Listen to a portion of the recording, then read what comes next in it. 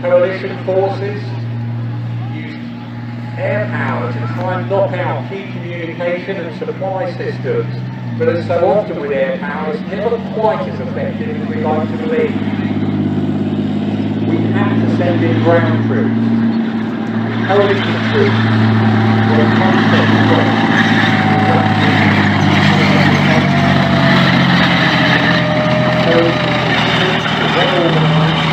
Worked efficiently alongside their infantry support.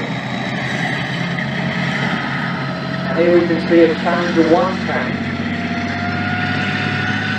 that again with levels of protection and night vision equipment made it much more superior to the Iraqi sea tank. Not a troop, I can't very many, but we could not see where the rest of the fire, certainly the night attack, and even day attacks, where we've got vehicles like the Challenger being able to take on Iraqi tanks much more distances. Here we can see our Warrior. Warriors were used in the Gulf. Again, infantry had to complete that final part of the mission, which is again the ground attack. And here we can see our Warrior sending out some smoke grenades to hide the attack of the infantry, which will be debussing from the rear of the vehicle. Чего? Так это что?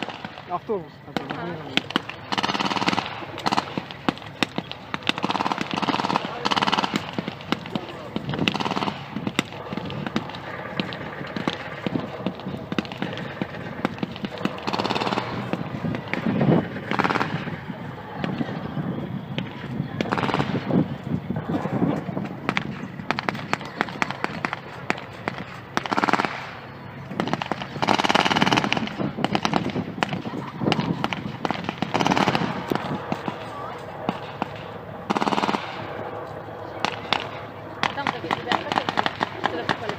Но это организаторы.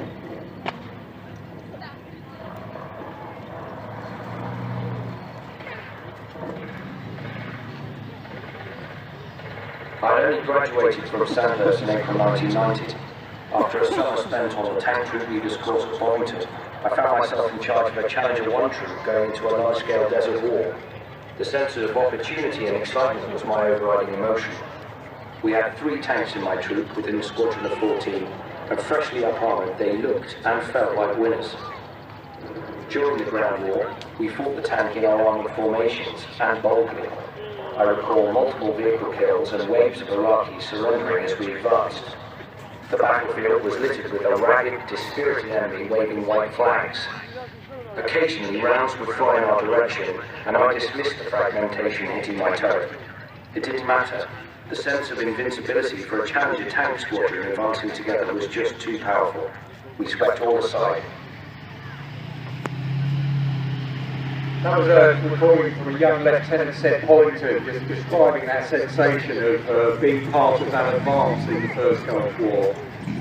Iraqis in the First Gulf, they lost almost 4,000 tanks. That's a staggering number, and that's why, again, in the UK, it was the first opportunity we had. We did something called Operation November and brought back a huge quantity of captured equipment for evaluation. And again, we still run here at the museum some of that captured equipment today. In contrast, of course, the Allies lost very few tanks. They estimate about 18 Abrams were damaged or lost during the campaign.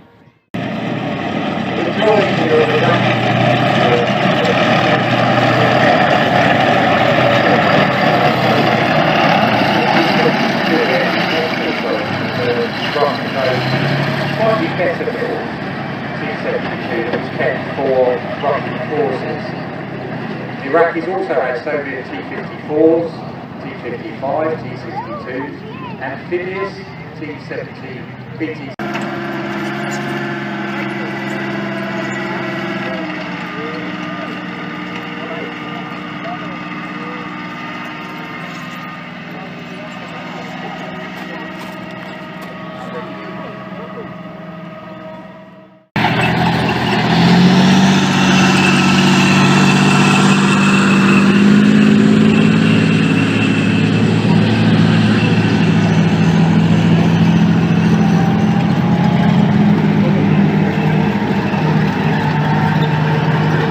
Макина кидает.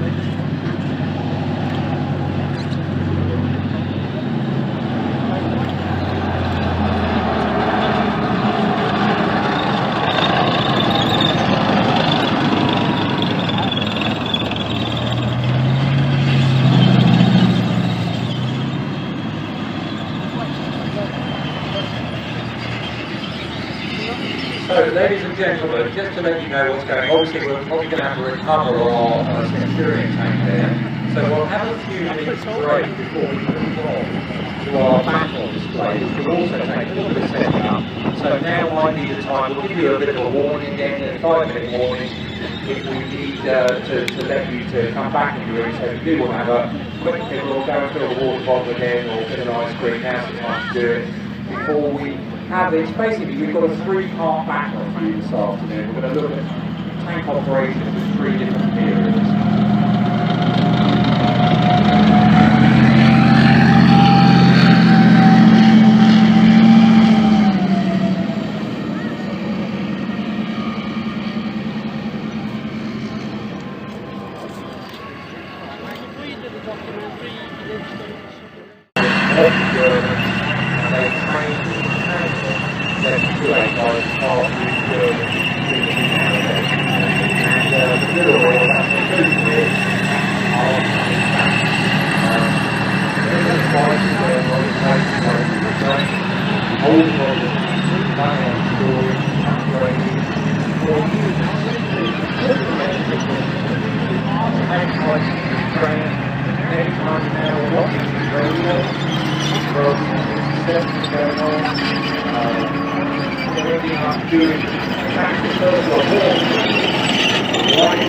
Mobility at the top of the agenda, with Leopard 2, they bring up and almost with equal balance.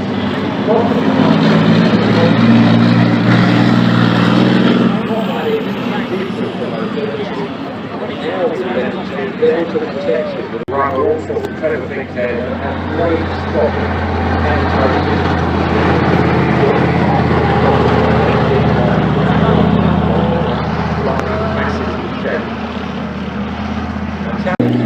most of the time in World War II, a tank would fire around over, one round under.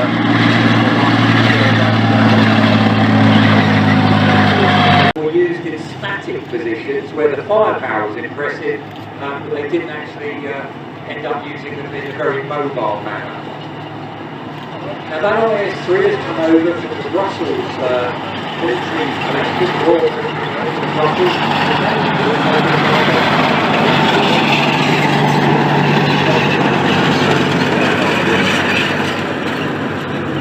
Now the Russians, after the Second World War, they started this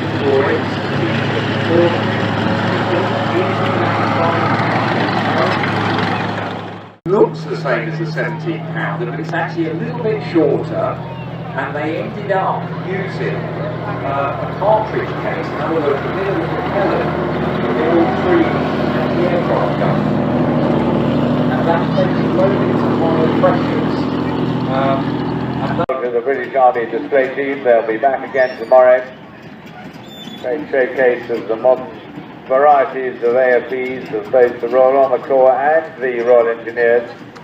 We now go back in time. You can see the speed fill an important role as well as training the future generations of the Royal Armoured Corps here at Bovington.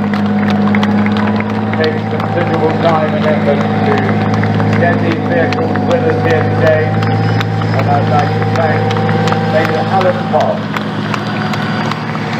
and W2 Batsman, who have provided all the backup to this display, both today and tomorrow. So, ladies and gentlemen, the British Army display.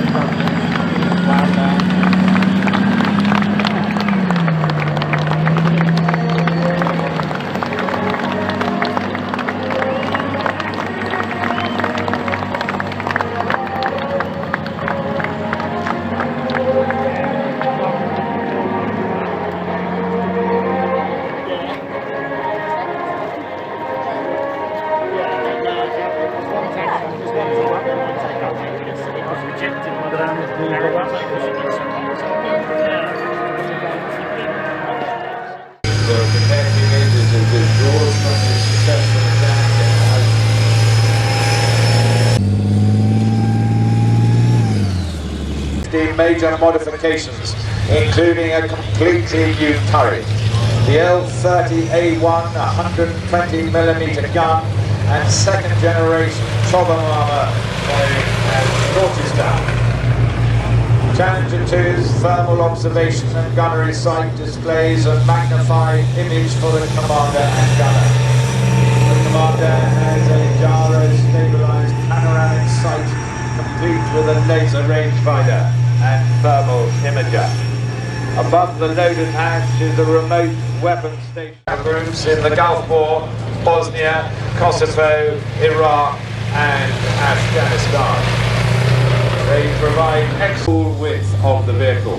It has several settings to adjust the depth to which the power. Python, not here today, but normally towed, is an explosive rope 78mm in diameter, 228 meters in length, and is packed with explosives.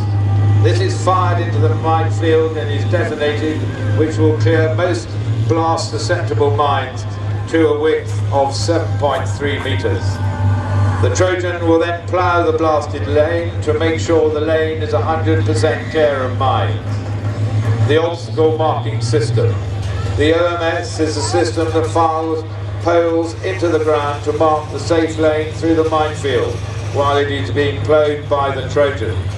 The system can be set to fire automatically or manually by the vehicle commander. The bulldozer earth moving attachment, the beamer, is fitted to breach roadblocks, dig tank slots and general earth moving for fortification. The excavator is used to load and unload stores and equipment from the trailer. It is also used to launch and recover the midi fascine pipes you can see on its back because of its ability to scoop as well. Special to roll equipment to use depending on the tactical battlefield.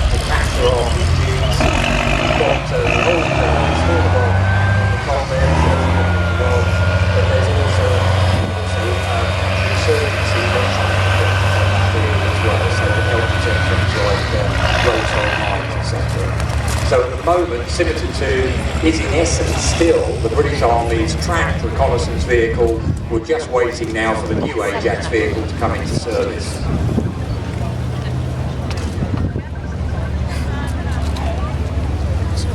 So a pretty impressive line.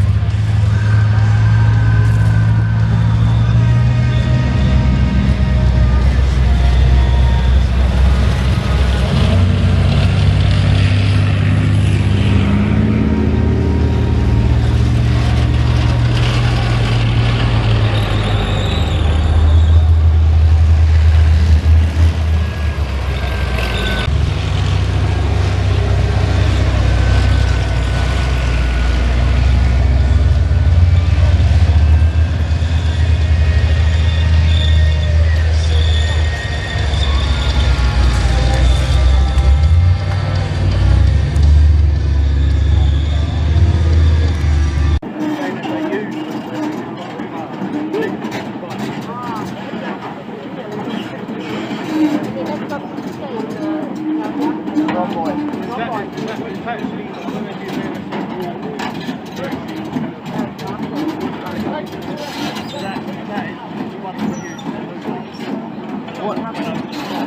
happens with the side?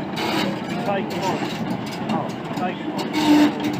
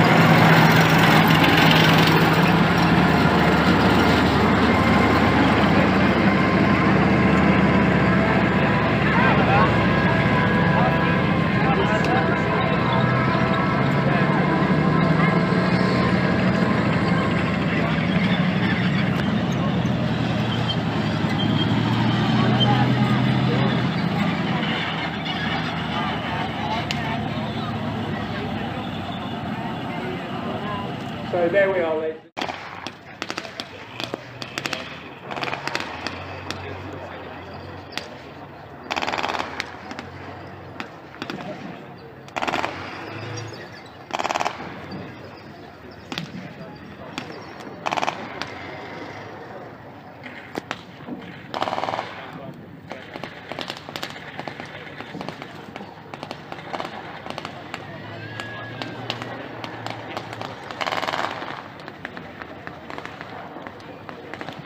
Some Iraqi troops fought. The Second World War and one from the Gulf War.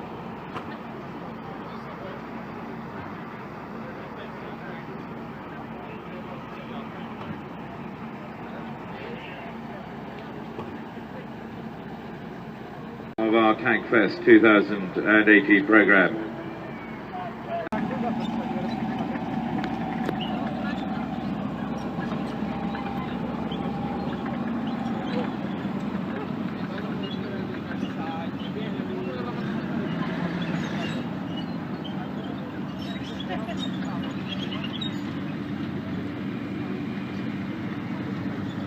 Hi ladies and gentlemen, shortly David Willey will return with his script for this afternoon's action. This is your 5-minute warning, ladies and gentlemen, so grab your drinks, return to the back, return to the viewing areas, and in about 5 minutes the action will...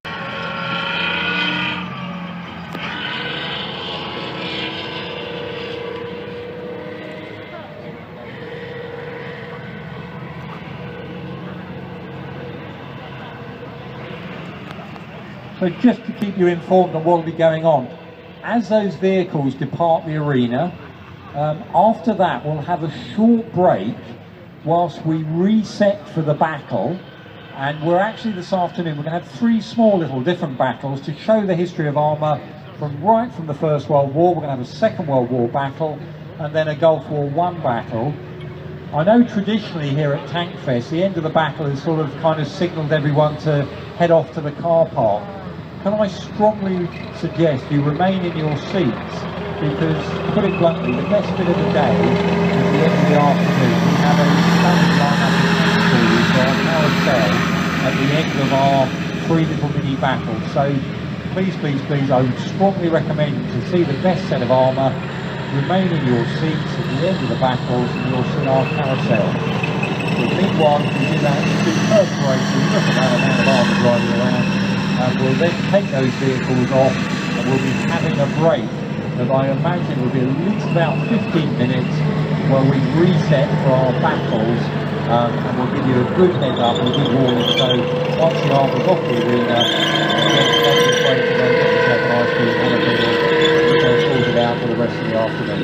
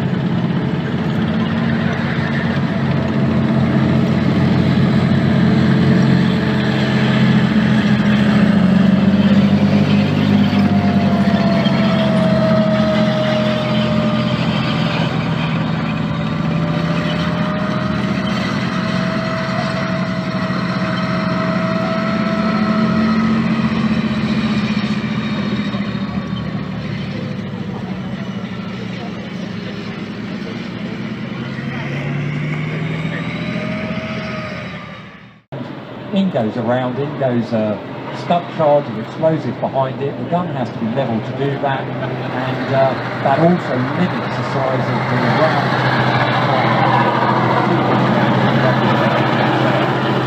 so they get rid of the auto-loader with having the auto-loader, and that means you can have a lower profile tank.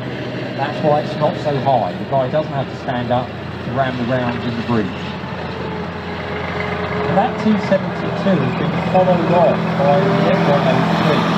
The whole issue is with the F103, I mentioned it earlier, this is a result of us being frightened of that IS-3 tank we saw come on first. We thought our own main battle tanks, built immediately after the Second World War, tanks like the M47 and the M48 pack tanks in Britain, the Central Russia, the Soviet Union, and the Western Allies is souring. And certainly the Western Allies, when they see this tank for the first time, we start getting the jitters. And it needs to develop into Britain. Now, actually, going to see the F103. Now, the IS-3, what we're looking at here, it's got a 4-man crew in it. It's about 46 tons. They managed to keep the weight of the vehicle down.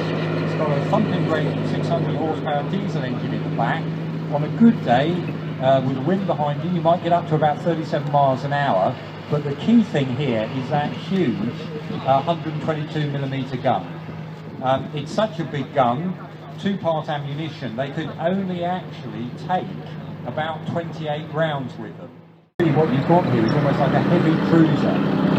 And again, you use it now, it gives your engine again in the back, that gives you that whoop, that whoop. Crews could see the war was coming, they started putting designs together on spec.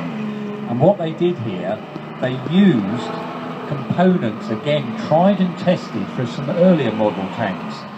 You've actually got here the suspension from an A10 tank, and they use things like tried and tested diesel bus engines. And with the Sherman, the idea was that the stabilisation in what they call azimuth, in other words up and down, by the way of keeping it onto a target, or near enough onto a target, as soon as the tank stopped, it meant it was quicker for the gunner to be able to aim the gun and fire accurately. And again, they worked out how the system worked, and I've talked to some British veterans saying how they found it quite complex sometimes, and quite often to turn it off. If you did get to be able to work it effectively, that meant that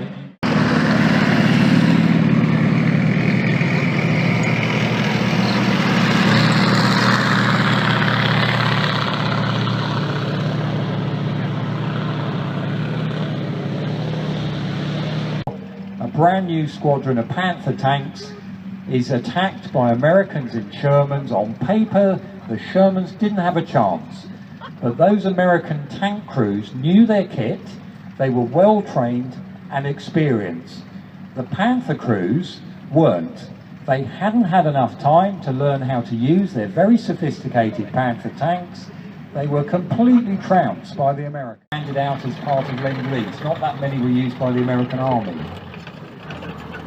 We then have the M4A3, that's got a 500 horsepower Ford engine in, and that's a petrol engine. And then the M4A4, which we've got an example, we'll be coming on a moment, that ends up having the Chrysler multi-bank engine on.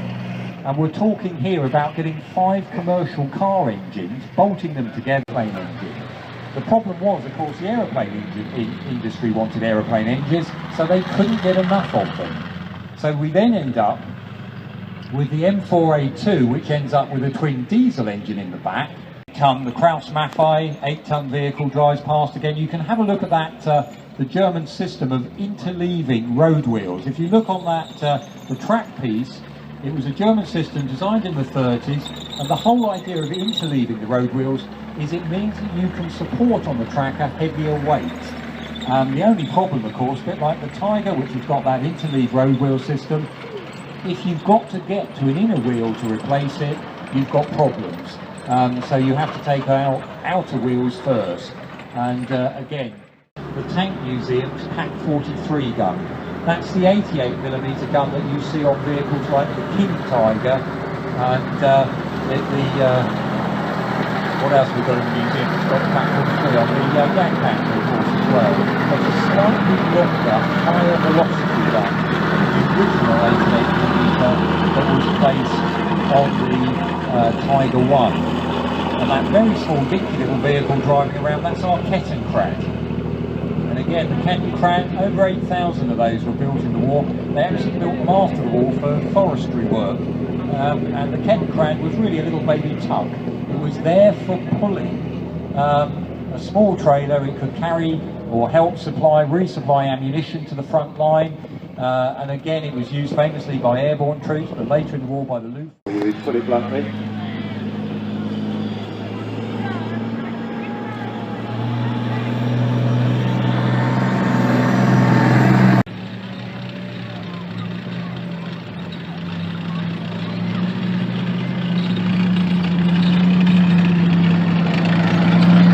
We're going to bring on our Mark IV tank, right? We will hope in a minute, or someone's going to get something. And we've also brought on our Sherman, our Centurion, and obviously what you've seen earlier today, the modern Challenger 2 tank. Now the Centurion, that represents that period, mainly of national service. Again, many in the audience here, we've got a load of ex-national servicemen. 2 million men went through national service back from 1939 to 1960. And if you were 17 to 21, you went on, first of all, 18 months, then the Korean War came, they pushed it up to 2 years. So there's a fair number of armoured soldiers in the audience now who would have served on Centurion. And in fact, the crew inside that Centurion that we've got here today, some of those again served on that for real. That Centurion, it's in the colours of the Berlin Brigade at the time in the early 1970s. We've also got there on the far side of the arena Display.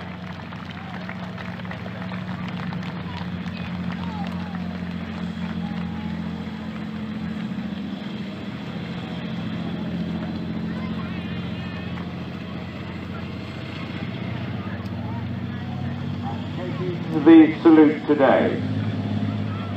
Major General Tim Hyatt, late of the Royal Dragoon Guards, the Director of Land Warfare at Army Headquarters.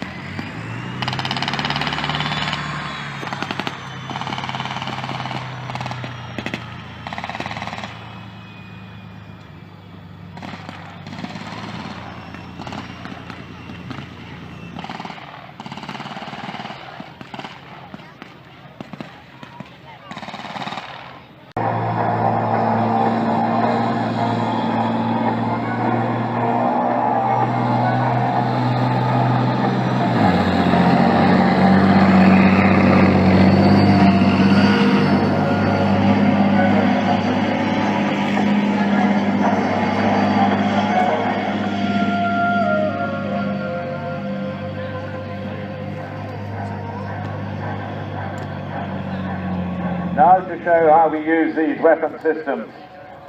A few examples of how they might be used. Reconnaissance. The first vehicle in is the Jackal. He's going to be supported by the Scimitar shortly. These two vehicles are part of an armoured battle group advance to contact, tasked with detecting the enemy along the main axis of advance. This recce group, the Warrior infantry fighting vehicle, has the speed and performance to keep up the challenge of two main battle tanks over the most difficult terrain, and with firepower and armour to support infantry in the assault.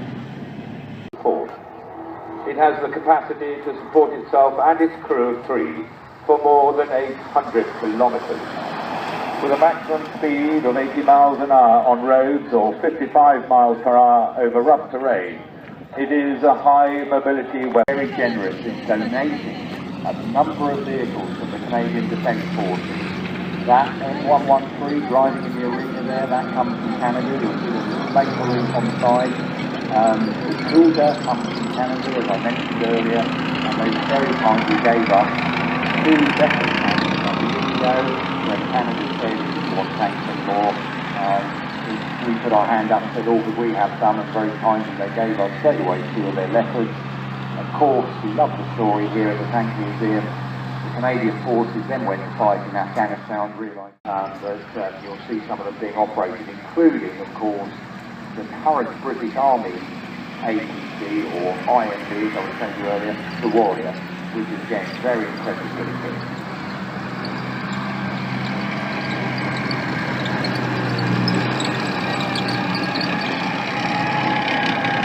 Now, Simon's already mentioned there's a number of veterans around the place, some of the crew, there's volunteers from our friends organisation, there's crewing some of these vehicles.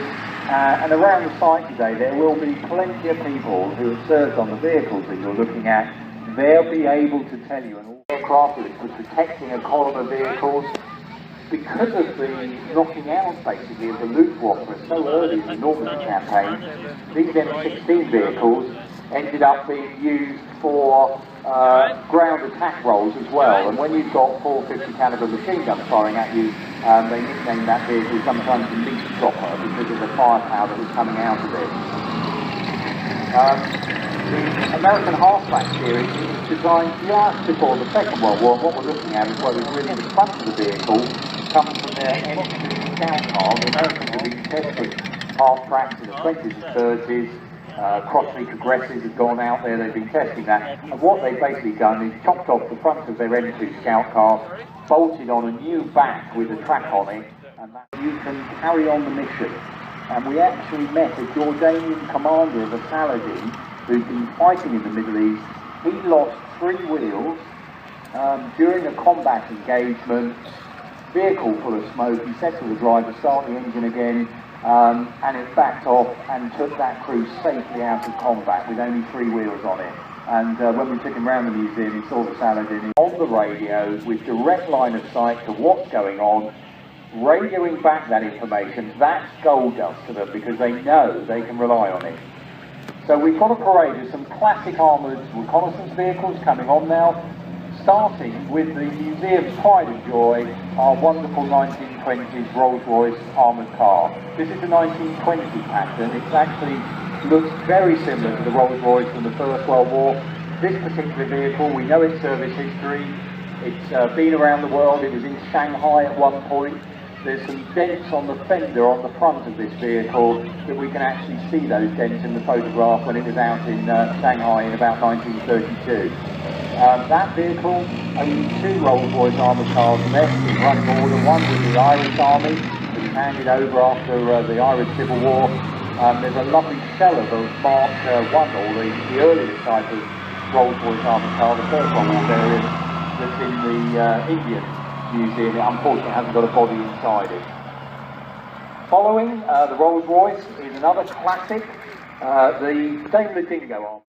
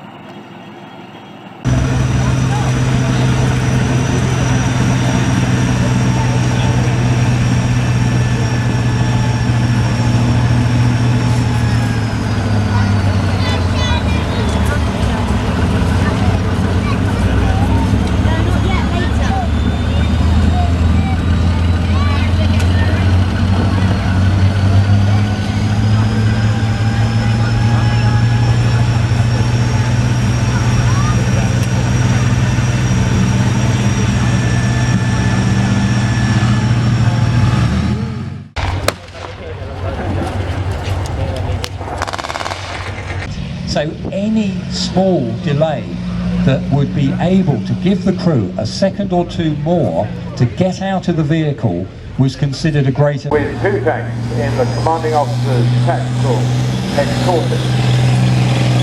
This tank is the theatre entry standard platform, known locally as Megatron, and is being commanded today by Corporal Cook of the King's Royal Hussars. The gunner is Staff Sergeant Dark of the Dorset Yeomanry. The loader is Corporal Brown of the Royal Tank Regiment, and the driver Lance Corporal Keys, also of the Royal Tank Regiment.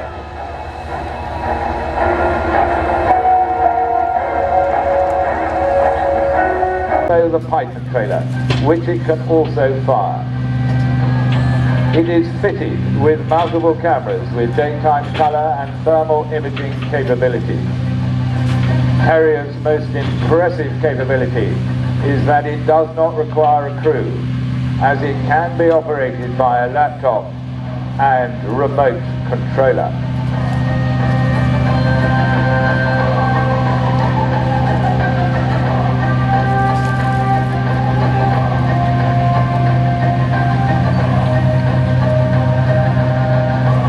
You can see the mid-pipe fascine of the Trojan, which is used to breach ditches, is being recovered as swiftly with the front bucket. Improved visibility for the Trojan is achieved by incorporating direct and indirect vision devices with low light, image intensifying and thermal imaging capabilities. The Trojan today is commanded by Staff Sergeant Johnson, driven by Staff Stadium and operated by Staff Jim.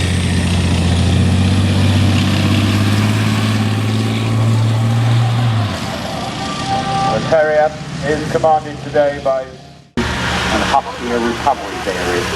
And again, with those vehicles, very, very similar. You'll see vehicles like that all around the world. The Americans